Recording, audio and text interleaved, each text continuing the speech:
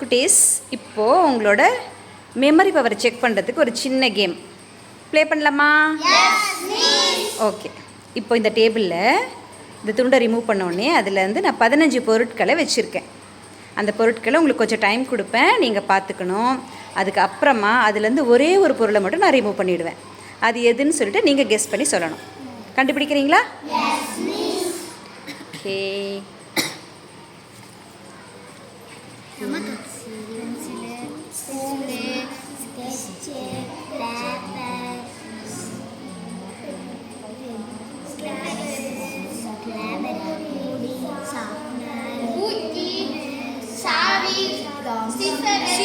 Okay okay சரி, time அப்.